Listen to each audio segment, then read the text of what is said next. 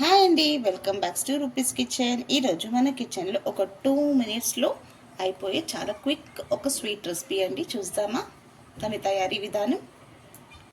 Hi అండి, ఇది అందరికీ తెలుసు పేనీలు. ఇది దివాళీ టైంలోనే మనం తింటాం కాబట్టి ఇది నా స్టైల్లో నేను పేనీలు ఎలా చేసుకుంటానో మీకు చూపిస్తాను. ఇలా పాలు బాయిల్ అవుతుంది కదండి, కొంచెం ఇలా వేసేసి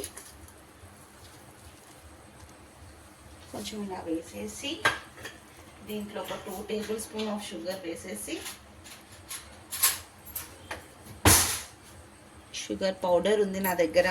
మొన్న పిండి వంటకం చేశాను కదండి, దాంట్లో కొంచెం ఎక్కువ ఉంటే నేను పక్కన తీసి పెట్టేశాను. ఇలా కీర్ లాగా చాలా బాగుంటుంది.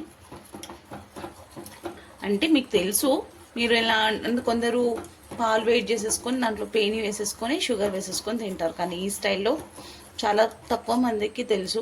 సో ఇది నా స్టైల్, అంటే నేను ఇలా రెగ్యులర్గా నాకు ఇలా తింటే చాలా నచ్చుతుంది. సో నేను దీంట్లో 3 to 4 స్పూన్స్ షుగర్ పౌడర్ వేసానండి.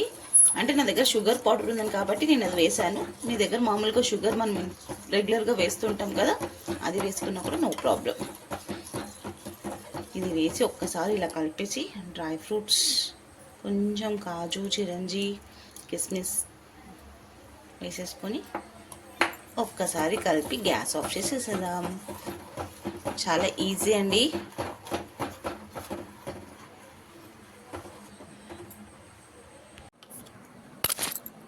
వేడిగా పేనీలు రెడీ. ఇది రెగ్యులర్గా మనం చేస్తూ ఉంటాం. ఇలా కొంచెం వేసుకొని పాలు వేసుకొని, కానీ టేస్ట్ చాలా బాగుంటుంది కదా.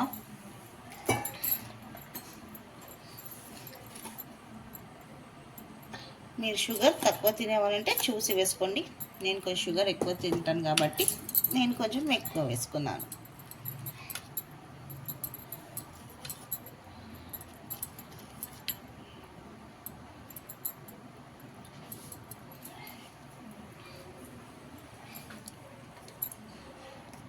ఇది బాగుంటుందండి, మీరు కూడా ఒకసారి ఇలా ట్రై చేయండి, మీకు కూడా డెఫినెట్గా నచ్చుతుంది ఈ స్టైల్ పేనీలు.